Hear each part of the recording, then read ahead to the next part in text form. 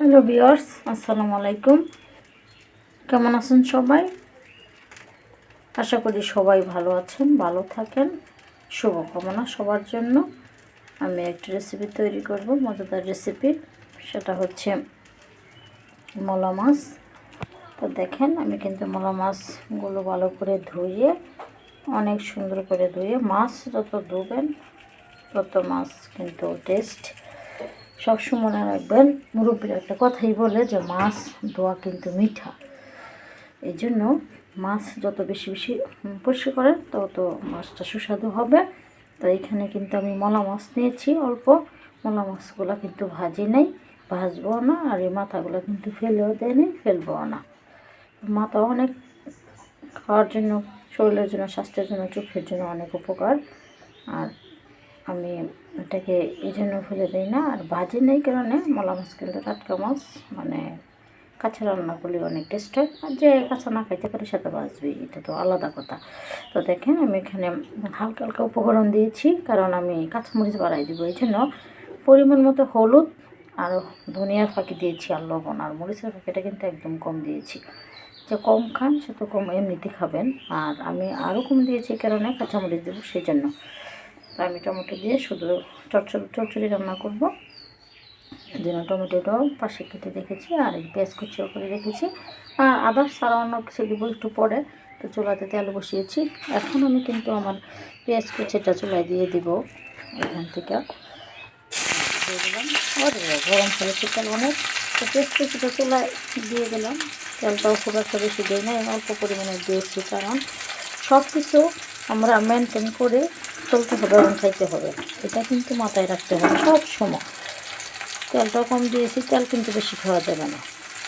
আর এটা কিন্তু এখন আমি বাদামি কালার করবো। আমার পেঁয়াজটা বাদামি কালার করে তারপরে কিন্তু আমি আমার এগুলো দিব, মানে টমেটো মাছ সব একসাথে দিয়ে দেবো। কারণ টমেটোটা তো মাছ তো বোনা করবো, আর মাছ তো এমনিতে অল্প সময় হয়ে যাবে। এই জন্য আমার টমেটোটাও সাথে দিয়ে দেবো। আর এখানে আমি দুই জাতের মাছ মানে অ্যাড করবো। সেই জন্য আমি একটা মাছও ভিতরে বাজার একসাথে রাখছি, কারণ ওটাও আমি দিব এখানে। কিন্তু অল্প একটু পরিমাণের মাছ ছেলের জন্য, অল্প একজনের জন্য। এই জন্য সাথে একটা মাছ দিয়ে দেবো, 2 টুকরা, যাতে আমিও খাইতে পারি। দেখেন, আসলে মানে এটা বিষয়টা হচ্ছে এরকম যে অল্প থাকলে অল্পই রান্না করতে হয়। আমার যেহেতু আমার পরিমাণে অল্প, সেহেতু আমি সাথে একটা টুকরা দিয়ে দেবো, আর একটা মাছের 2 টুকরা দিয়ে দেবো, যাতে খাইতে পারি মাছ এলে। দেখেন, আমি কিন্তু এটা আমাদের পেঁয়াজের কালারটা কিন্তু হয়ে গেছে বাদামি কালার। তো বাদামি কালার যেহেতু হয়ে গেছে, সেহেতু আমি সবগুলো একসাথে দিয়ে দিব, রাখবো না। কারণ মাছের সাথে টমেটোটা কিন্তু কেমন মানে একটু শক্ত শক্ত ভাব লাগতেছে আমার কাছে। এই জন্য টমেটোটা সাথেই দিয়ে দিন, না হয়তো কিন্তু পরে দিতাম। তো দেখেন, আমার পেস্টটা কিন্তু বাদামি কালার হয়ে গেছে। এখন আমার এই সবগুলো দিয়ে দিলাম একসাথে। এখন তো আপনি নাড়তে হবে, পরে কিন্তু নাড়া যাবে না, পরে কিন্তু খুলে যাবে। সবসময় দিয়ে সাথে সাথে দিয়ে নাড়াটা দেবেন, এরপরে কিন্তু আর কিছুক্ষণ মধ্যে নাড়বেন না, তাহলে কিন্তু খুলে যায়। এটা বুঝতে হবে, প্রথম কিন্তু খুলবে না।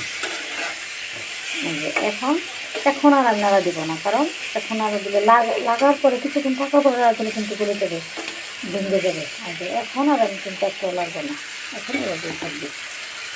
দেখেন একটু করে আমি জল দিই। হ্যালো ভিউয়ার্স, দেখেন আমার রেসিপিটা কিন্তু হয়ে আসছে বলতে এখন কিন্তু আমি এর মধ্যে দিব কাঁচামরিচ কুচি আর ধনিয়া পাতা কুচি, এই দুটা কিন্তু দিয়ে দেবো। আমি তো এটা শুকনো বোনা, এই জন্য শেষ অংশে কাঁচামরিচ আর ধনিয়া পাতা কুচি দিতে হবে। তো এখানে দেখেন, আমি যে কাঁচামরিচ আর ধনিয়া পাতা কুচি করে রেখে দিয়েছিলাম, আমি তো এগুলো কিন্তু আমি এই শেষ অংশে দিয়ে দিলাম।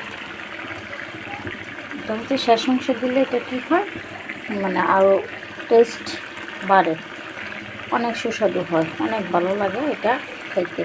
তো এই জন্য আমি কিন্তু শেষ অংশে সব সময়।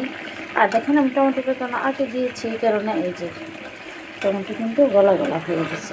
যখন শুকনো বোনা করি তখন কিন্তু টমেটোটা আগে দিই, কারণ যাতে গলা গলা হয়ে যায়।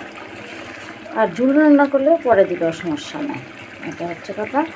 আর দেখুন আমার ধনিয়া পাতা কাঁচামরিচ শেষম সে কারণে দিয়েছি যে পাতাটাও সুন্দর থাকবো আর কালারটাও সুন্দর থাকবে এবং টেস্টটাও মানে কাঁচা মরিচের যে গ্রামটা থাকে ওইটা থাকবে সেরকম। এই জন্য শেষ অংশে ধনিয়া পাতা আবার কাঁচামরিচ দিয়েছি। আর একটু আগে দিলে হয়তো এরকম টেস্ট থাকতো না, মানে এরকম কালারও থাকতো না। এই জন্য শেষ অংশে দিয়েছি। আর আমি লবণটা দেখছি হয়েছে, এখন আমি দেখে দিই একটু পরে উঠিয়ে ফেলবো। দেখুন দেখুন আমার রেসিপিটা কিন্তু হয়ে গেছে, দারুণ হয়েছে। দেখেন আমার কিন্তু কাঁচামরিচ এবং ধনিয়া পাতা কালারটা সেরকমই রয়ে গেছে, একেবারে সবুজ বা করছে, তো এই জন্য গোলাটি হইতেছে বারবার। তো এই জন্য শেষ অংশে যখন আমরা করব কাঁচামরিচ আর ধনিয়া পাতা দিব, তাহলে এটার গুণাগুণটা অনেক বেড়ে যায়, অনেক টেস্ট হয়, অনেক সুস্বাদু লাগে। এটা আমি শুকনো বোনা করেছি, চচ্চড়ি শুকনো বোনাও বলে চচ্চড়িও বলে, ছেলের জন্য করেছি। আর অল্প একটু মাছ তো মালা, এই জন্য সাথে আমি 2টা টুকরো দিয়েছি আমার জন্য। তো এইভাবে মানে আপনারাও রান্না করবেন।